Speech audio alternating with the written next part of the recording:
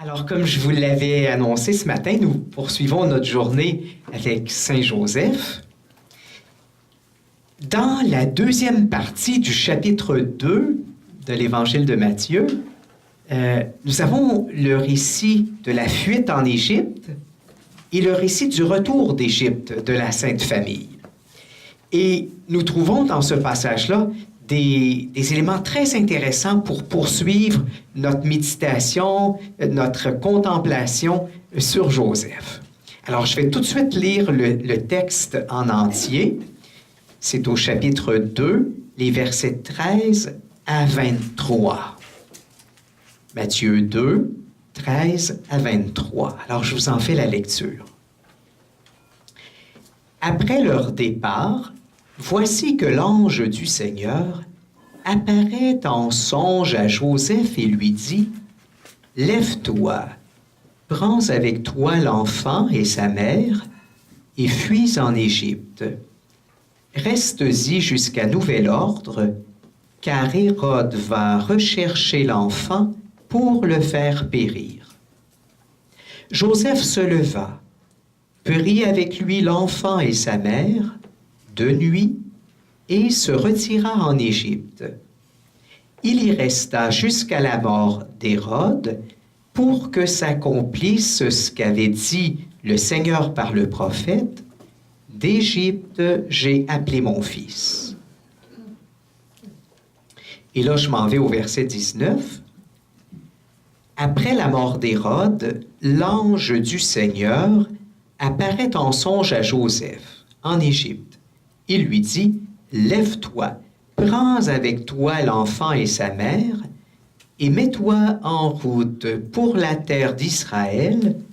En effet, ils sont morts ceux qui en voulaient à la vie de l'enfant. » Joseph se leva, prit avec lui l'enfant et sa mère, et il entra dans la terre d'Israël. Mais apprenant qu'Archélaüs régnait sur la Judée, à la place de son père Hérode, il eut peur de s'y rendre. Et divinement averti en songe, il se retira dans la région de Galilée et vint habiter une ville appelée Nazareth, pour que s'accomplisse ce qui avait été dit par les prophètes : il sera appelé Nazoréen.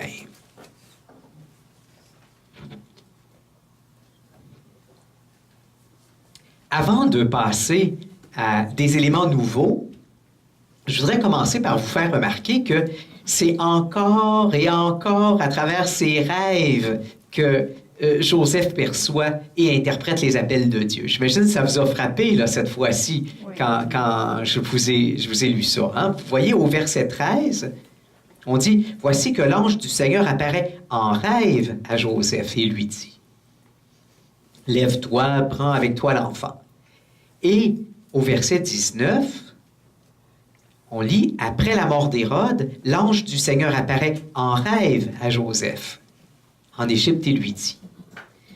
C'est donc encore et toujours à travers des réalités humaines demandant à être interprétées que Joseph discerne, reconnaît la volonté de Dieu.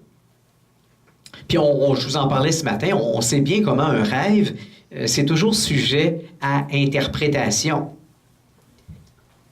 Par ailleurs, encore et encore, nous pouvons voir que Joseph se révèle comme l'homme juste, hein, comme l'homme ajusté au plan de Dieu.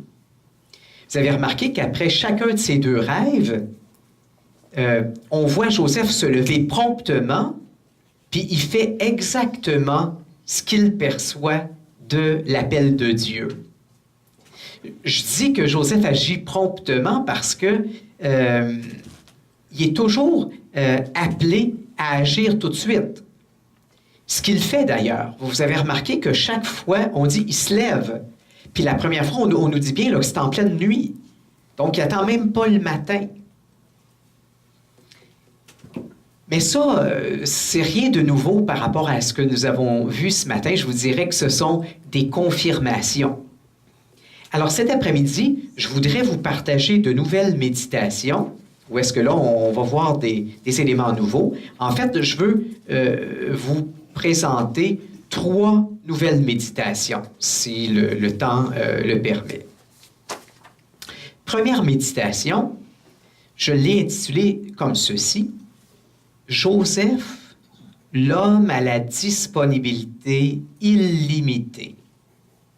Joseph, l'homme à la disponibilité illimitée. Je ne sais pas vous autres, mais pour ma part, je suis vraiment touché de la disponibilité sans limite dont Joseph fait preuve. Et ça, il me semble que c'est particulièrement manifeste quand l'ange du Seigneur lui demande de partir en Égypte. Je vais relire les versets. Ce sont les versets 13 et 14.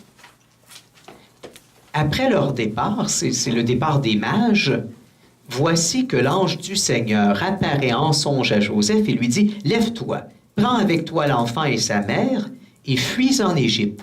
Reste-y jusqu'à nouvel ordre, car Hérode va rechercher l'enfant pour le faire périr. » Joseph se leva, prit avec lui l'enfant et sa mère, de nuit, se retira en Égypte. Moi, ce qui me frappe là-dedans, c'est que l'ange ne précise pas à Joseph combien de temps il va devoir demeurer en Égypte. Joseph est invité à entrer dans l'aventure sans savoir d'avance combien ça va lui en coûter en temps. Vous voyez que tout n'est pas clairement défini d'avance. L'ange laisse Joseph face à des incertitudes. Moi, il me semble que si la demande m'était faite de partir en pays étranger par Dieu, ou bien encore par l'abbé général des Prémontrés, il me semble que j'aurais la très grande tentation de lui dire: « Mais oui, mais Père Abbé, vous voulez m'amener à Rome ou je ne sais pas trop où, mais c'est pour combien de temps? Moi, j'ai des cours là, à donner en septembre, là, puis j'ai des retraites dans mon calendrier de retraite à prêcher. Là. C'est jusqu'à quand que vous voulez m'amener là? Là? Hein? » Or, Joseph, comme une bonne sœur de missionnaire des anges, de Notre-Dame missionnaire des anges, il part, puis il pose pas de questions. Alors, je vous l'avais dit qu'il aurait fait une bonne sœur missionnaire de Notre-Dame des Anges. Il me semble qu'il aurait pu dire, mais Seigneur, c'est pour combien de temps là, la saison haute s'en vient pour mon commerce de menuiserie, puis j'ai des commandes là, à aller livrer à mes clients. Je vais-tu être revenu à temps? Joseph ne pose aucune question. Il part. Et s'il n'avait pas cette disponibilité sans réserve, ben, le projet de Dieu de se faire Emmanuel, il risquerait d'avorter. Parce que vous connaissez le projet d'Hérode de tuer les petits-enfants de 2 ans et moins. Alors, pour que Jésus demeure vivant, pour qu'il grandisse, puis qu'un jour il puisse sauver l'humanité, il faut que Joseph dise oui à ce projet qu'il perçoit dans son rêve. Et le oui de Joseph est sans limite, sans calcul. Et sans ça, Dieu ne pourra pas sauver son peuple. Évidemment, quand Matthieu raconte les choses de cette manière-là, dans son évangile des origines de Jésus, c'est pas d'abord pour faire de l'histoire passée.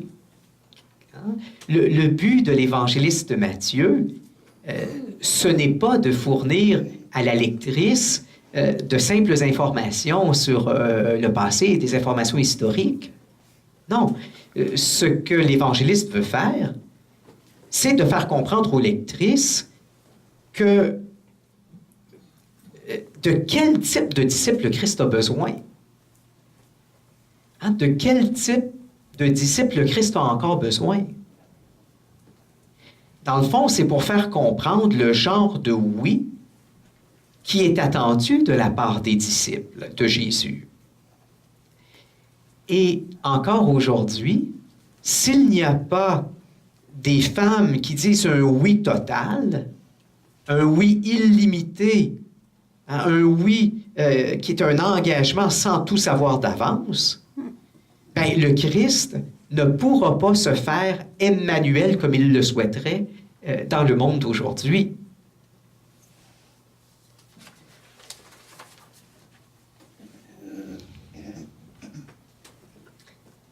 Alors, nous autres qui sommes appelés à la vie religieuse, nous sommes appelés à cette disponibilité illimitée.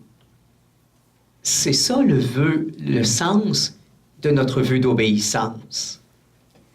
Nous sommes appelés à être des femmes, des hommes disponibles au projet de Dieu. Dans le fond, on devrait être les personnes sur lesquelles le Christ peut compter. Et nous sommes appelés à dépasser les « oui, mais c'est jusqu'à quand? Oui, mais c'est où au juste? » Hein? Le Christ ressuscité a besoin de oui totaux. Ça se dit-tu, ça? Total, le pluriel de total, hein? Des oui complets. Pour pouvoir s'incarner, pour pouvoir se faire chair, pour être libérateur pour les hommes et les femmes d'aujourd'hui.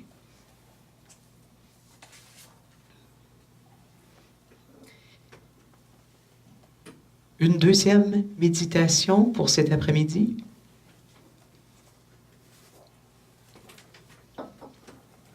Je l'intitule comme ceci. Joseph, l'homme qui communie au parti pris de Dieu pour les pauvres. L'homme qui communie au parti pris de Dieu pour les pauvres. Intéressons-nous, si vous voulez, à une autre caractéristique dans la façon que Joseph a de répondre à l'appel de Dieu. Mais avant, on va faire un petit détour pour examiner un choix de Dieu qui peut être étonnant à première vue. Vous avez remarqué que quand c'est le temps de revenir d'Égypte pour la Sainte Famille, ben, l'ange du Seigneur invite Joseph à s'installer en Galilée. Alors, ça nous est indiqué au verset 22. Alors, si je le relis. « Apprenant qu'Archélaüs régnait sur la Judée, à la place de son père Hérode, Joseph eut peur de s'y rendre. Et divinement averti en songe, il se retira dans la région de Galilée. » Or, il y a une question qui se pose ici. Pourquoi Dieu veut-il que son fils grandisse en Galilée? Est-ce que c'est seulement pour une raison de sécurité? Est-ce que c'est seulement pour échapper à Archélaüs, qui semble-t-il était pire que son père? Eh bien, la question se pose avec d'autant plus de pertinence que la Galilée était mal vue des Juifs pieux de Jérusalem. Vous savez, dans le judaïsme, Jérusalem, c'était un petit peu l'équivalent que nous autres, les chrétiens, Rome. Rome, c'est là où est le magistère de l'Église catholique. Ben, pour les Juifs, c'est Jérusalem. C'est là qu'étaient les grands prêtres et tout ça. Bon. Eh bien, à Jérusalem, on se méfiait des gens qui venaient de la Galilée parce que cette région-là de province était considérée comme entachée de paganisme. Il était loin de Jérusalem, puis il y avait beaucoup de païens dans ces régions-là, d'immigrants, puis on estimait que les Juifs de ces régions-là étaient pas mal influencés par les païens, puis que dans le fond, ils étaient, permettez-moi l'expression, ils étaient Juifs à gros grains. Ils s'enfargeaient pas dans les fleurs du tapis, comme on dit. Ils n'étaient pas trop axés sur la loi. Les Juifs de Jérusalem trouvaient que les Juifs de la Galilée étaient peu cultivés, qu'ils étaient laxistes par rapport à la loi de Moïse. Donc, vous comprenez que Jésus vienne de la Galilée, ben, ça pouvait le rendre tout de suite suspect au regard des autorités juives. C'est pas quelque chose qui va l'aider à être reconnu comme Messie. On se demande, ben, l'origine galiléenne de Jésus, est-ce que ça ne va pas être un obstacle supplémentaire à sa reconnaissance comme Messie? Alors on se dit, ben bon sang, pourquoi l'envoyer en Galilée? Se pourrait-il que Dieu fasse ce choix-là pour exprimer son parti pris pour les pauvres, pour les gens sans importance? Eh bien, cette hypothèse-là, ça serait tout à fait dans la ligne du choix que Dieu a fait dans l'Ancien Testament en se choisissant les Hébreux comme peuple choisi. Vous savez, les Hébreux, c'était un ramassis de gens de basse classe, des immigrants, des esclaves. Moi, il me semble que si j'étais de Dieu, là, puis que j'avais voulu me choisir un peuple élu, je me serais choisi les Égyptiens. Hein? Eux autres qui étaient cultivés, ils avaient développé un système d'écriture, ils avaient les pyramides, ils étaient puissants, c'était une super puissance mondiale. Hey, ça aurait été valorisant pour moi, Dieu. Mon peuple élu, les Égyptiens. Mais non, il a choisi les Hébreux. Hein? Du monde de basse classe. Il me semble que ce n'est pas valorisant. Eh bien, c'est ce même parti pris pour les pauvres, pour les gens sans importance, marginalisés. C'est ce même parti pris que Dieu révélait au temps des premières communautés chrétiennes au 1er siècle. Puis Saint Paul, quand il réfléchit, qu'il regarde qui sont les gens qui composent les communautés chrétiennes, en particulier la communauté de Corinthe, il dit ceci, je le cite, « Ce qui est faible dans le monde, Dieu l'a choisi pour confondre ce qui est fort. Ce qui dans le monde est vil, méprisé, ce qui n'est pas, Dieu l'a choisi pour réduire à rien ce qui est. » C'est dans la première épître aux Corinthiens, le chapitre 1, les versets 27 et 28. Vous le connaissez, ce passage-là. Vous l'avez entendu souvent. 1 Corinthiens 1, 27, 28. En tout cas, Joseph, il semble avoir compris cette chose-là. Parce que c'est pas n'importe où en Galilée qu'il va s'établir, mais précisément à Nazareth. Or, au 1er siècle, en ce temps-là, Nazareth, c'était un petit village agricole. Et c'était vraiment un petit village sans importance, qui n'est d'ailleurs jamais mentionné dans l'Ancien Testament. Et vous connaissez une réplique de l'Évangile de Jean qui exprime bien là, le caractère insignifiant de ce village-là au temps de Jésus. Hein? Vous savez, quand Philippe va trouver Nathanaël puis qu'il lui dit « On a trouvé celui dont parle la loi de Moïse. » On l'a trouvé, c'est Jésus, le fils de Joseph de Nazareth. Puis là, ben, qu'est-ce qu'il lui répond? De Nazareth, lui dit Nathanaël, qu'est-ce qui peut sortir de bon de là? Hein, dans Jean 1, 46.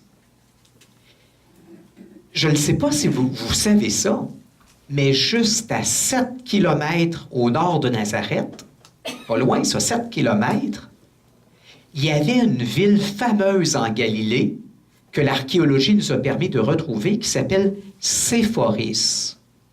S-E-P-H-O-R-I-S, Séphoris. Une ville très luxueuse qui était la capitale de la basse Galilée. Et elle était dominée, cette ville-là, Séphoris, par une forteresse qu'Hérode le Grand avait fait construire.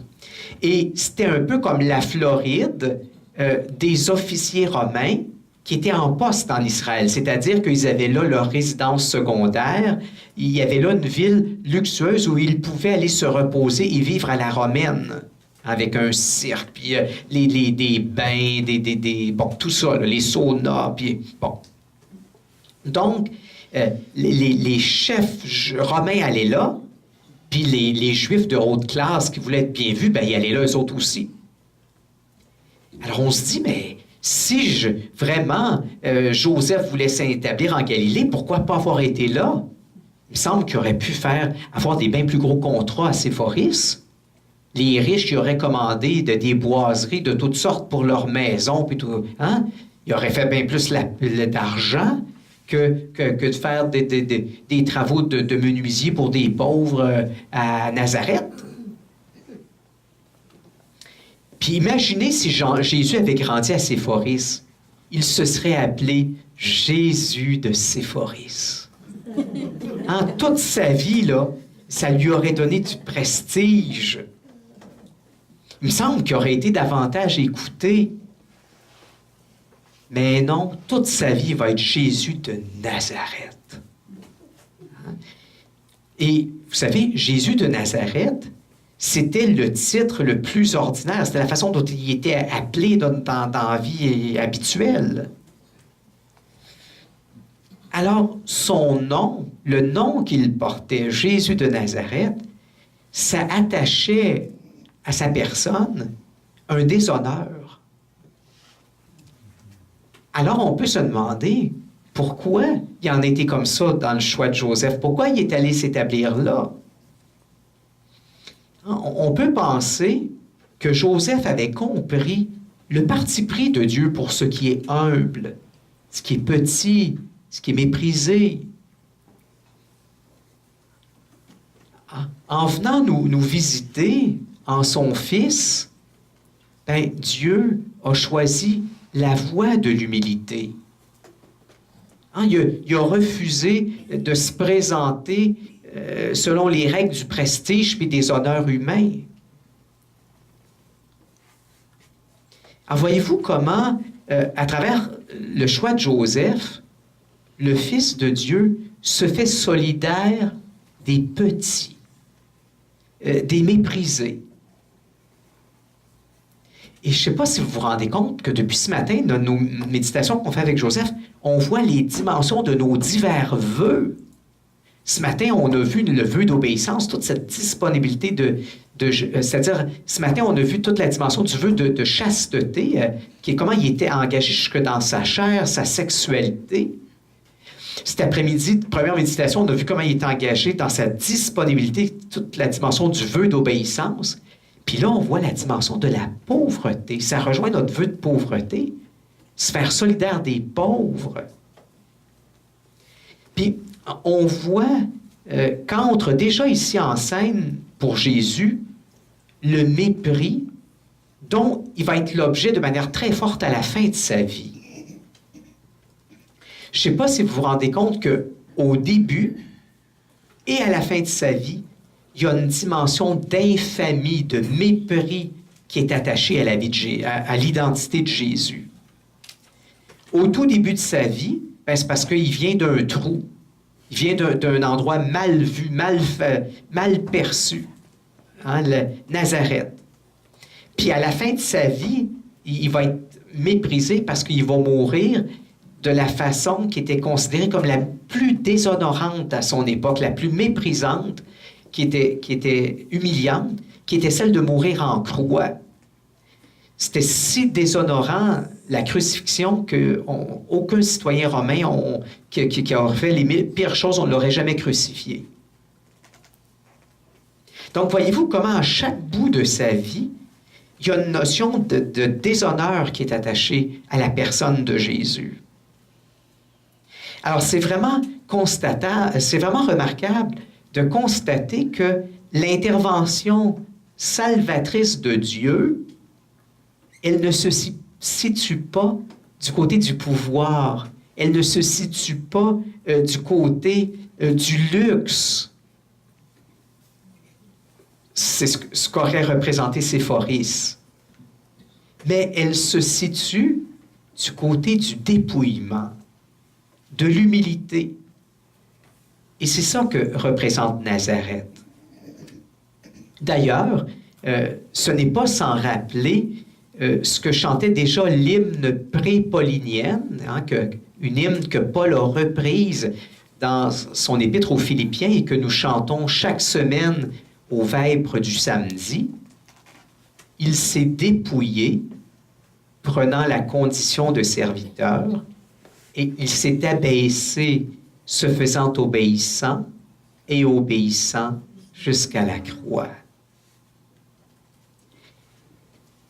Alors voyez-vous, parce que Joseph s'est engagé selon les priorités de Dieu, c'est grâce à ça que Jésus a pu devenir l'Emmanuel des pauvres, le Dieu avec nous pour les pauvres, pour les humilier, les exploiter, les écraser. Et c'est aussi à ce niveau-là que nous sommes appelés, nous, à nous engager, que nous sommes appelés et à dire oui à la manière de Joseph. Le ressuscité, il a besoin de nous pour exprimer sa solidarité à l'égard des rejetés d'aujourd'hui, des méprisés d'aujourd'hui. C'est qui les méprisés d'aujourd'hui dans notre société? On peut se le demander. Je sais pas moi, les personnes fragiles comme les handicapés mentaux, qu'on voudrait supprimer déjà avant qu'ils naissent par le dépistage prénatal. Les personnes âgées qui sont plus capables d'être productives et qu'on voudrait supprimer en leur faisant croire qu'on leur donne un soin de fin de vie, en leur faisant croire qu'on les aide à mourir dans la dignité. Peut-être des catholiques pratiquants aussi. On rit d'eux autres. Certainement des diverses formes de prisonniers, des pédophiles. Ce sont peut-être ceux qui sont les plus détestés dans notre société, les pédophiles. Oh, faites attention, je ne dis pas que j'approuve ça, les actes. Mais aucune personne n'est qu'un des actes qu'elle a posés. N'est-ce pas? On pourrait réfléchir, qui sont les méprisés de notre société? Comment Jésus peut se faire solidaire d'elle si nous n'acceptons pas de laisser de côté les préjugés sociaux pour nous approcher des personnes les plus méprisées, les plus pauvres, les plus rejetées? Qui va faire ça? C'est à travers nous que le Christ peut se faire chair pour les personnes en situation de besoin. Je vais en rester là pour cet après-midi. On va regarder quelques pistes de prière et de méditation. Alors, une première piste de méditation possible. Je contemple la disponibilité illimitée de Joseph telle qu'elle s'exprime dans ce récit évangélique. Vous me pardonnerez, vous allez voir, les choses sont... les choses ne sont pas au féminin dans le texte. J'ai pensé pour une fois que vous seriez d'accord que je fasse plaisir à M. Dallaire. Comme religieuse, est-ce que je peux choisir d'adopter une semblable disponibilité? Moi, est-ce que j'accepte de me laisser conduire là où le Seigneur voudra bien me conduire? Est-ce que j'accepte d'aller ailleurs, entre guillemets, comme le Seigneur l'a demandé à Joseph? Aller ailleurs, ça peut être d'être envoyé dans une autre maison, dans une autre mission, un autre pays, une autre obédience, une autre fonction. Des fois, ce n'est pas nécessairement aller ailleurs géographiquement, ça peut être de changer de fonction, de changer de service au même endroit, c'est une autre forme d'ailleurs. Je demande au Seigneur les grâces nécessaires. Vous n'êtes pas obligé d'être capable de faire ça toute seule. Hein? Demandez l'aide, en particulier de l'Esprit Saint. Une deuxième piste possible, plutôt que de s'établir à Séphoris, lieu de richesse, du pouvoir, du prestige, Joseph s'est établi à Nazareth, lieu de pauvreté, d'humilité, d'effacement. En allant à Nazareth, Joseph a communié au parti pris de Dieu pour les pauvres, les faibles et les humiliés. Est-ce que j'accepte, moi, les situations d'effacement, les situations de pauvreté, les situations d'humilité qui se présentent dans ma vie de ce temps-ci? Est-ce que je pourrais choisir de les vivre en communion avec Saint Joseph, avec le Seigneur, qui a voulu se faire proche des pauvres et des humiliés? Puis j'aurais dû mettre une troisième piste, hein, puis dire, bien, de quel pauvre, de quel humilié est-ce que le Seigneur m'appelle? De quels pauvres, de quels humiliés le Seigneur m'appelle-t-il à m'approcher? La phrase n'est peut-être pas bien formulée, là, hein? Mais c'est qui les pauvres, c'est qui les humiliés de qui le Seigneur m'invite à m'approcher? Pour être signe de sa présence auprès de ces gens-là.